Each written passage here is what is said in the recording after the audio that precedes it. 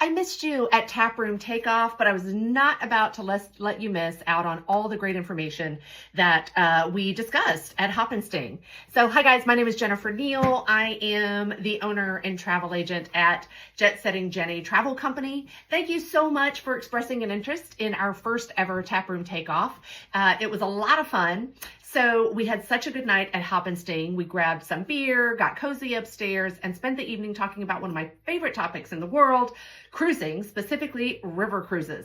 Since you couldn't be there in person, I wanted to bring a little bit of that evening to you. If you've done an ocean cruise before, river cruising is going to feel like a completely different world. These ships are small and they sail right into the heart of every city. No tendering in, no shuttle buses. You wake up, look out your window, and you're already there. It's a slower, more intimate way to travel. You're not racing through a checklist of ports. You're settling into a place, walking its streets, tasting its food, getting to know it the way a local would. One of my favorite things is I've done quite a few river cruises so far. And one of the things that I love is that we tend to be there in port a little bit longer than we normally are on an ocean cruise. And you can just walk off the ship. So as soon as they get the gangplank situated, you can go and explore on your own. You can do one of the tours that's included in the cruise price.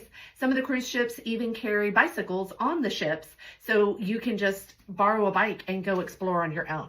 So it's a really great way to see the beautiful cities of Europe. And here's something that a lot of people don't realize is that not all river cruise lines are the same. Each one has its own personality, its own pace, its own style of service. They also can vary widely in their choice of decor and how they decorate the ship because they're trying to set a specific mood, whether it be, very serene and Nordic feeling like on the Viking ships, or maybe more pops of color to make it a little more vibrant and because they're appealing to a slightly younger crowd, like on Alma Waterways. So even that can set the tone and differentiate one ship from another. So that's really where I come in. I get a feel for who each cruise line is really trying to appeal to, and how much activity, what kind of entertainment, what kind of food, what kind of alcohol, what kind of packages they offer, if they even need packages. Do they have a wellness program on board? So all of those things are the things that I try to know about, so that when you and I are talking, I can immediately have 2, 3, 4 cruise lines that I think would offer you the experience that you're describing. And then we just look at the itineraries and find the itinerary of those 3 or 4 cruise lines that appeals to you the most, fits with your travel calendar, all those things, until we find the right experience that you're wanting. So you should have gotten the river cruise handout that I sent to you. So go to that, and if you look on page 3, it kind of outlines some of the talking points I hit on about how ocean cruising and river cruising are different. And then if you go to page 4, again, I kind of talked about the cruise lines and what differentiates those cruise lines. The Avalon Cruise Line, who I really enjoy working with, they are a good entry-level river cruise line. They don't have quite as much programming as Alma Waterways and Viking and Tauk do, but I've stayed on the ships. They are beautiful ships. The cabins are well appointed, so it's very easy for me to recommend an Avalon river cruise if the itineraries and the price point work well for you. And then the other cruise line that I didn't yet talk about is Tauk. They are unique in that they are truly an all-inclusive approach to river cruising. So your alcohol, all your food, all your excursions, it's all included, and the gratuities. One thing that makes Tauk very unique is that they have a program called Tauk Bridges, which is geared towards multi-generational families traveling together, or multi-generational friends, whatever, because you can't book one of those Tauk Bridges itineraries if you don't have kids traveling with you. So they offer programs for kids. It's not a kids club like on an ocean cruise. Instead, what they do is they have a couple of their younger crew who are assigned to host activities for the kids when they're on the ship. So it could be anything from learning a card game, it could be learning a dance, or maybe having a silent disco party in the lounge. So it's fun things to get the kids up and moving and interacting and having a good time, and giving the adults some time to have adult time. So it's a really unique offering that Tauk does that the other three, Alma, Viking, and Avalon, don't offer. So that's kind of talked about on page 4 in your handout. And then also on page 4, I talk about there's a QR code that you can scan, and it will take you to my link tree that lists 5 different Alma Waterways itineraries in Europe. And I have taken out group space on these 5 itineraries. They're in November 2027, the beginning of November 2027, because I thought that would be a time that would work well for a lot of people. It's before the Christmas holidays kick off, and we all get busy with that. Some of these are great shoulder into the Christmas markets, if that's something that you want to do. So it seems like a great sweet spot that I thought would appeal to a lot of people. So what it means to take out group space, it means that it will save you a lot of money.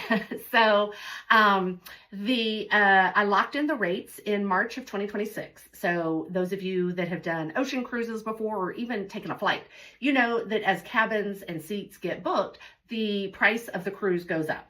So the same thing happens. So when I locked in those cabin rates for March 2026, that's the lowest rate they're going to be. They're only going to get higher.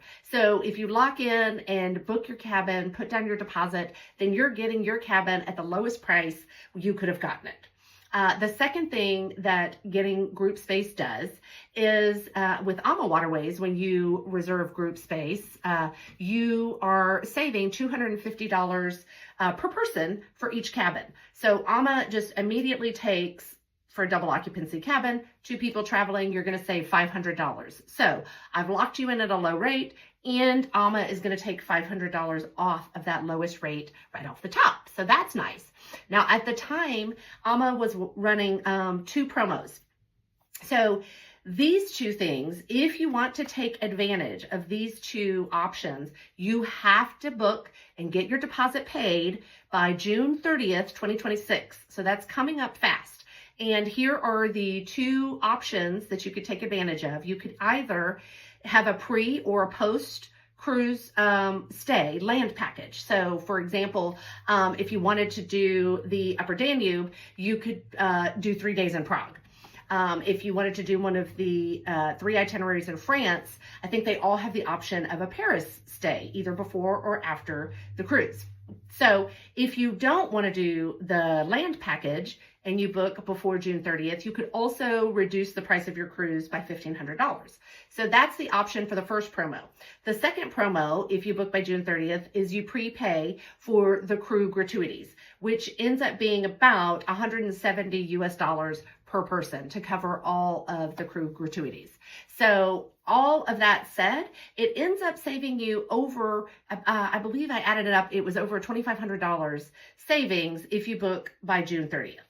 Okay, the other thing, so that's all about the group space. So if you book on one of those 5 itineraries that's on my link tree, 3 are in France, 2 are on the Danube. One is the Upper Danube and one is the Lower Danube.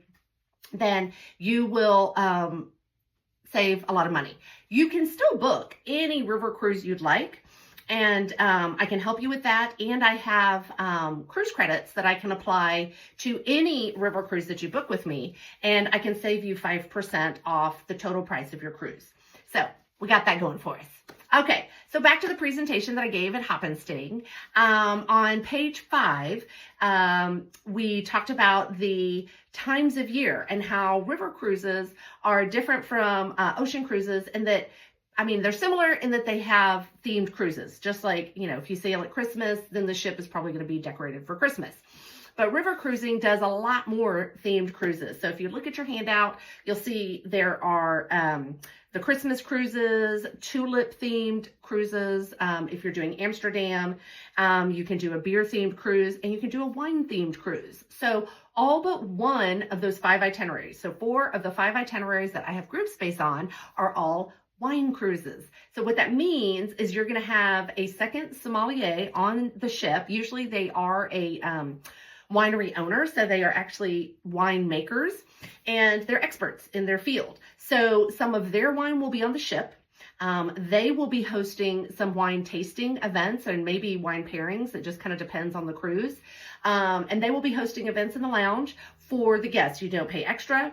You can just go learn about their wines, learn more about wine in general. Maybe they'll talk more about the wines in the region of where we're traveling. So that's really neat. And then whatever wines they bring on board will also be available as additional choices at dinner. So that's cool.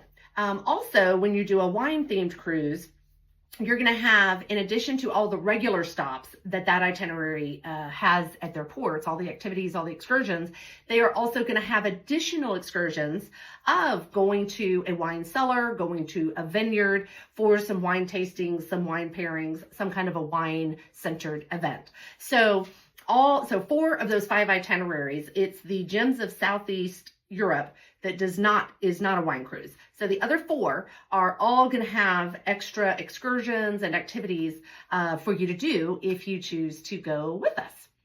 So let's see, what else?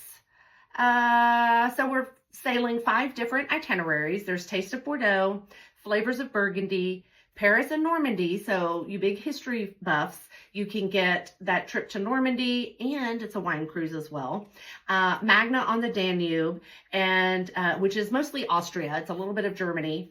And then the Gems of Southeast Europe. That one is going to be particularly cool because it embarks on November 1st. So you could actually do the pre-cruise land package, which is, I know, do the math, think about the calendar in your head, the end of October. So you could actually go visit the real castle that Dracula is based on at Halloween. So you could be at Dracula's castle in Romania on Halloween. How cool would that be? So those are the 5 itineraries. And here is what I really want you to think about. If you put your deposit down by June 30th, you're going to save over $2,000 because of all the AMA Waterways promos that they were running. But I have also purchased some placeholders, some cruise certificates that are going to take another 5% off of your total cruise price. So this is absolutely the lowest price that you are ever going to see a river cruise in Europe.